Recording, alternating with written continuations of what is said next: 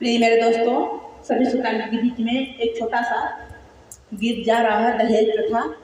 पत्नी अपने पति को कैसे समझाती है, दुल्हा को समझा रही है किस भाषा में। मान लेता हमारा कहनवा, दहेज जनी मांग सजनवा। मान लेता हमारा कहनवा, दहेज जनी मांग सजनवा।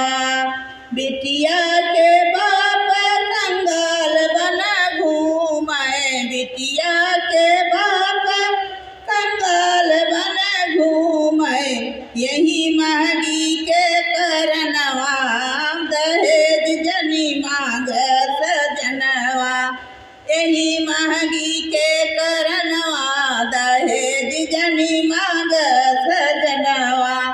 मान लेता हमारा कहनवा, दहेज जनी मांग सजनवा।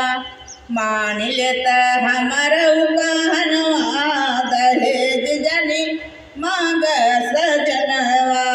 यह समधि छोड़ शादी के फिक्रिया, यह समधि छोड़ शादी के फिक्रिया। खूब के पढ़ावा ललनवा, मान लेता हमारा कहनवा। खूब के पढ़ावा ललनवा, मान लेता हमारा कहनवा। दहेज जनी मांग सजनवा, मान लेता हमारा कहनवा। मान लेता हमारा कहनवा, दहेज जनी मांग सजनवा। अपनी खुशी से समधि जौन कुछ दई है, अपनी खुशी से समधि जौन कुछ दई है। वही लाई अपने भावनवा, मान लेता हमारा कहनवा। वही लाई अपने भावनवा, मान लेता हमारा कहनवा। दहेज जनी मांग सजनवा, मान लेता हमारा कहनवा।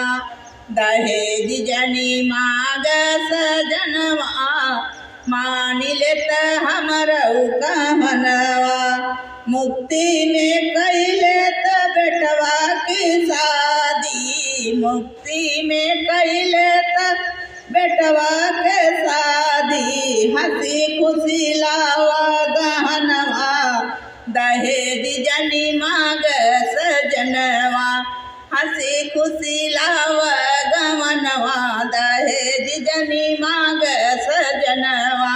मान लेता हमारा कहनवा, दहेज जनी मांग सजनवा।